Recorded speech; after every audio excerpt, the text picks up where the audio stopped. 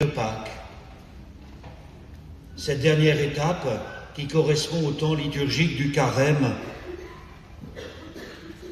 est un temps privilégié pour vous, mais aussi pour tous les membres de l'Église. Je suis très touché, très ému de vous voir si nombreux aujourd'hui. Le Père Jean-Michel en était aussi tout ému ce matin.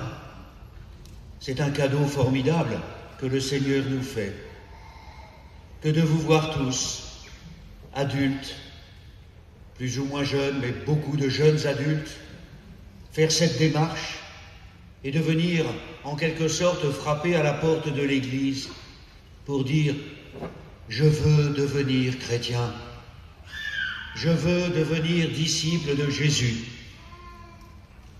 Aujourd'hui, dans la joie, cette joie que nous partageons, nous faisons l'expérience que Dieu est présent au milieu de nous.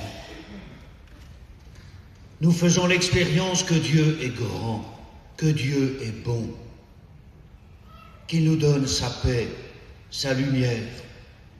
C'est lui qui nous guide. Il nous a appelés jusqu'ici. En son nom, l'Église va vous appeler officiellement et reconnaître ainsi en vous des candidats au baptême pour vivre cette dernière étape marquée par les scrutins et la célébration du baptême dans la nuit de Pâques.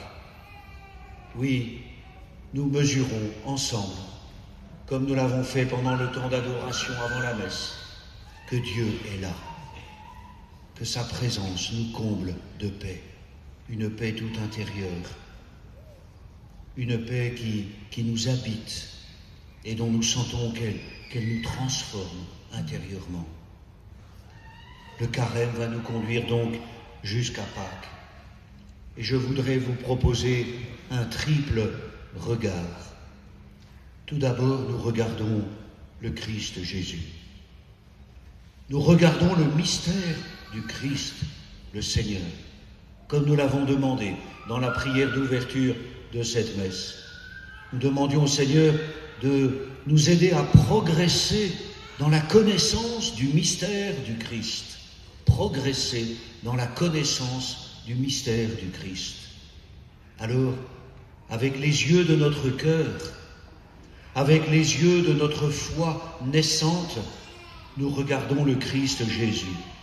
Parce qu'au moment de Pâques, nous allons célébrer le cœur de la foi chrétienne.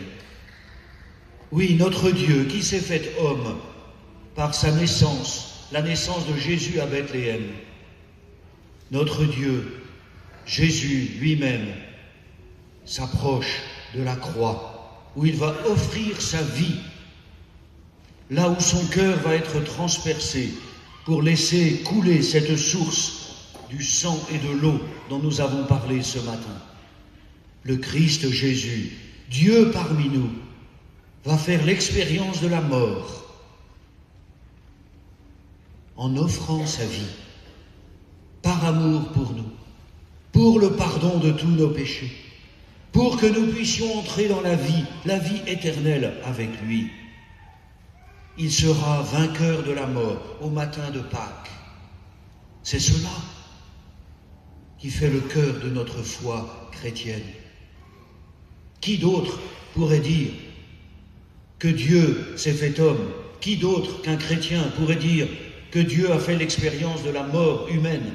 Qui d'autre que les chrétiens pourrait dire que ce Jésus, l'envoyé de Dieu, le Messie de Dieu, est ressuscité d'entre les morts, qu'il s'est relevé du tombeau?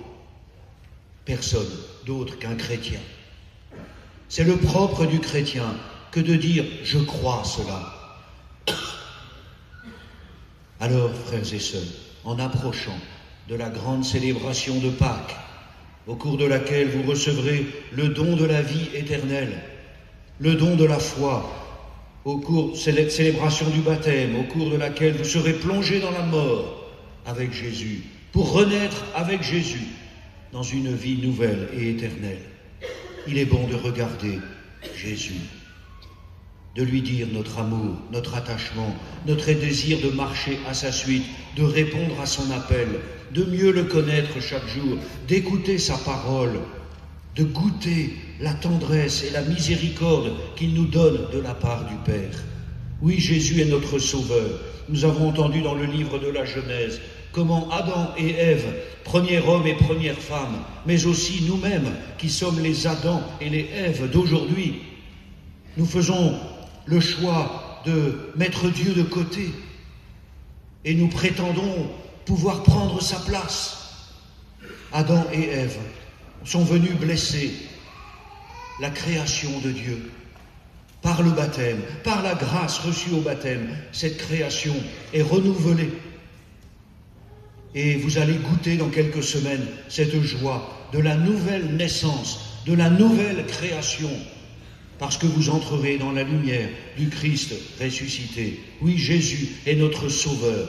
Par sa mort et sa résurrection, il nous arrache à la puissance du mal, il nous arrache à la puissance du péché, pour que nous puissions être avec Dieu, lui ressembler à lui, Jésus le Sauveur, et manifester ainsi sa présence au cœur du monde, marqué par tant de mal et de souffrance. Nous avons entendu dans la lettre aux Romains, Saint Paul aux Romains, une lettre qui a été, chapitre 5, qui a été souvent citée ce matin, de même que par un seul homme, la mort est entrée dans le monde par le péché, de même, par un seul homme, le nouvel Adam, Jésus, la vie, la grâce a surabondé, la vie a été donnée. C'est la victoire de Dieu sur le mal et sur la mort que saint Paul met en évidence. Et en regardant Jésus, le nouvel Adam, l'homme nouveau, nous découvrons en lui ce que nous sommes appelés à devenir, un homme nouveau, recréé à l'image du Christ Jésus, ressuscité des morts. Dans l'évangile de saint Matthieu, nous venons d'entendre comment Jésus, au désert, fait l'expérience du combat, le combat intérieur, le combat contre le tentateur, celui qui cherche à faire abandonner, celui qui pousse au découragement, au désespoir, celui qui pousse à la division et à nous écarter du chemin de l'Évangile. Jésus a fait cette expérience et il nous trace ainsi le chemin pour résister à toutes les tentations du démon et demeurer fidèle au Seigneur notre Dieu. C'est un combat qu'il vous faut mener dès maintenant, et les scrutins l'exprimeront dans les célébrations liturgiques des 3e, 4e et 5e dimanches de carême dans vos paroisses. C'est un combat qu'il faut mener, et vous ne le gagnerez qu'avec la grâce de Dieu, qu'avec la force de Dieu qui déploie son Esprit Saint dans vos cœurs, pour que vous ayez toutes les armes afin de gagner ce combat et d'être victorieux avec Jésus. Oui, regardons Jésus, le Sauveur. Regardons Jésus, le Christ. Premier regard. Deuxième regard. Regardez ce que Dieu a déjà commencé de faire en vous. Regardez ce que le Seigneur est en train de faire en vous. Qu'est-ce qui se passe au plus profond de vous-même depuis ce matin, par exemple? Et pendant que je vous parle, vous pouvez laisser résonner cette mémoire de ce qui a été vécu, de ce qui a été entendu depuis ce matin, en cette journée de l'appel décisif. Oui, toi, catéchumène, que je vais appeler dans quelques instants, le Seigneur est en train de te transformer. Il est en train de te renouveler, pas à pas, petit à petit, jour après jour, par sa grâce, toute douce et tendre et pleine de miséricorde. Ce n'est pas par effraction que le Seigneur vient en toi. Non, il s'est invité et tu lui as ouvert la porte. Alors laisse-le entrer. Et là, tu fais l'expérience qu'il te renouvelle, qu'il te transforme. Cela te bouleverse, c'est normal. Cela te fait pleurer, c'est normal. Cela te comble de joie, c'est normal. Oui, le Seigneur est à l'œuvre, mystérieusement, dans ton cœur, au plus profond de toi-même. C'est lui qui te guide, c'est lui qui t'éclaire. C'est lui qui vient te donner ce cœur nouveau. C'est lui qui vient mettre en toi cet esprit nouveau qui te permettront de marcher à la suite de Jésus le Sauveur, de mourir avec Jésus à chaque instant de ta vie pour renaître et te remettre debout dans la joie de la résurrection et manifester ainsi la victoire de Dieu. Alors pendant ce temps du carême, Dieu est à l'œuvre. Il est en train de nourrir, de faire grandir, de fortifier ta foi, qui est encore comme une pousse toute jeune. Oui, cette foi, elle est en train de grandir, parce que des frères et des sœurs dans l'Église sont en train de l'arroser comme une plante dans le jardin. Oui, elle est en train de grandir, cette foi. Et au jour du baptême, elle te sera donnée en plénitude, mais il te faudra encore la nourrir, et la nourrir, et la nourrir encore chaque jour, pour qu'elle soit belle, qu'elle soit forte, et que tu sois capable d'en témoigner. Le Seigneur t'apprend la prière, il t'apprend à te recueillir, à te mettre en sa présence, à reconnaître qu'il est là, dans le silence. Et tu balbuties quelques mots, peut-être, où tu ne sais pas encore quoi dire, comment le dire.